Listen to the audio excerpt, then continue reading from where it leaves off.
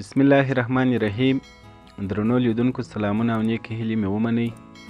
په دې هیله چې جوړ او روغ به یاست، نن غواړم د ویډیو سره د سبسکرایب د نښې یا علامې اړوند معلومات درکړم چې په کومه طریقه سره کولی سو د یو ویډیو سره د سبسکرایب اعلان او خپل نوم یو ځای کړو. هیله ده ویډیو تر پایه وګورئ او زموږ یوټیوب چینل هم در سره سبسکرایب کړئ. که په موبایل کې ویډیو جوړوئ نو لومړی باید له پلی سټور څخه کاین ماسټر ډاونلوډ کړئ او که غواړئ په کاین ماسټر کې له واټر مارک یا لوګو پرته ویډیو جوړه کړئ نو په کمنټ کې خپل واتساپ نمبر ولیکئ ترڅو بې له لوګو کاین ماسټر درته ولیږو. د کاین ماسټر تر انسټال وروسته یې په خپل موبایل کې خلاص کړئ. لومړی پر دغه ویډیو علامه کلیک وکړئ، دلته میډیا انتخاب کړئ. اوس هغه ویډیو انتخاب کړئ چې غواړئ د سبسکرایب علامه ورسره یو ځای سي. کله چې مو ویډیو انتخاب کړو اوس لیر کلیک کړئ او د میډیا له لارې هغه زرغون بیکګراوند والا ویډیو انتخاب کړئ چې د سبسکرایب بېلابېل اعلانونه پکښې یو ځای سوي دي او ما لینک د دې ویډیو په ډسکرپشن کې ایښی دی، کولی سئ چې هلته یې ډاونلوډ کړئ.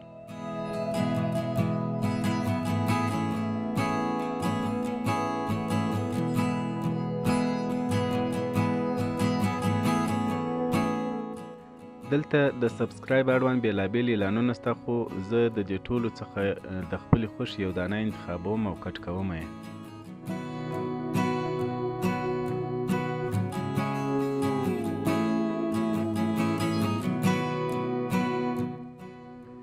اوس غواړم دغه زرغونه پرده ځنې لرې کړم ترڅو یوازې سبسکرایب ښکاره سي.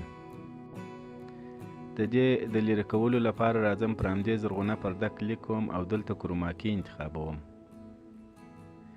انیبل کلیک کوم او فیصدي 50-50 ټاکم. تاسو وینئ چې زرغونه پرده په مکمل ډول ځنې لرې سوه.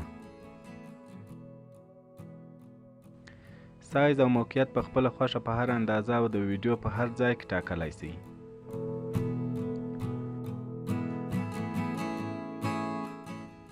اوس غواړم د سبسکرایب سره خپل نوم هم یو ځای کړم، نو لیر ته راځم او دلته ټکسټ انتخابوم. دلته د خپل یوټیوب چینل او یا هم کومې بلې رسنۍ نوم لیکم.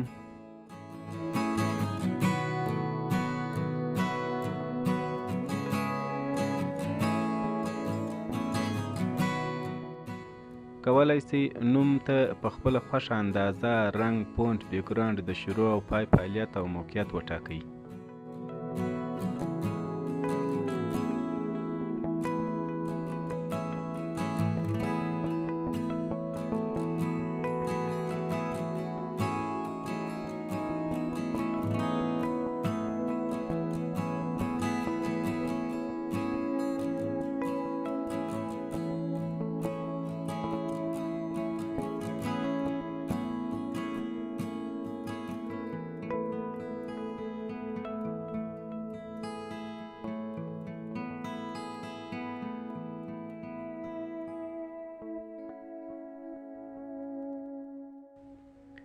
او همدارنګه د سبسکرایب دا نښه د ډوپلیکیټ په واسطه د ویډیو تر پایه څو ځایه تکرار ښکاره کولی سئ.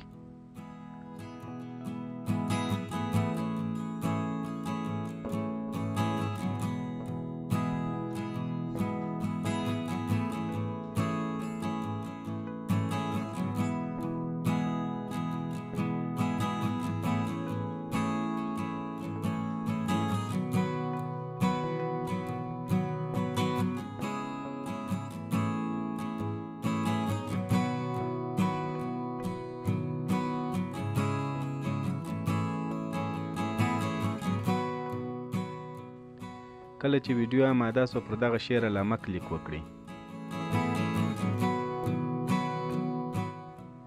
او دلته د خپلې ویډیو لپاره اندازه وټاکئ، وروسته یې اکسپورټ کړئ. نور نو ستاسو ویډیو مکمله سوه او کولی سئ د موبایل په ګیلري کې وګورئ.